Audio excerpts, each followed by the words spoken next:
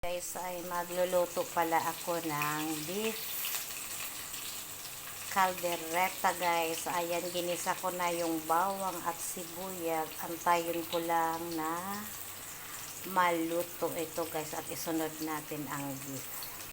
Lagay ko na nga pala yung beef guys. Yung beef pinalambot ko na yan at timplado din yan. So ayan, kaya madali na lang ang pagluluto. Yan ang sekreto guys. Palambutin muna natin ang beef.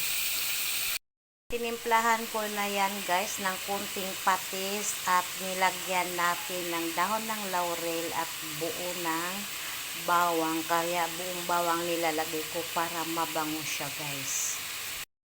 Bago ko nga pala nilagay yung patatas dyan at carrot guys, ayan ay niluto ko na siya ng hot cook para madaling maluto. Ganun po ang gagawin natin guys para madali siyang maluto. I-hot cook muna natin bago natin i-mix guys. At nilagyan ko na rin ito ng green peas. At nag-add din ako ng kunting cheese dito guys. And guys, nilagyan ko na ng tomato sauce guys. At nag-add lang akong tong water. May kunti lagyan din natin ito ng tomato paste. Guys, antayin na lang natin maluto guys bago natin lagay ang bell pepper guys. Guys, nalagay ko na ang bell pepper ngayon ay at i-mix ko lang siya guys and then tikman natin kung tama ba yung lasa. At ito guys, ito ang pinaka the best part guys, yung titikman natin kung masarap. Ayan.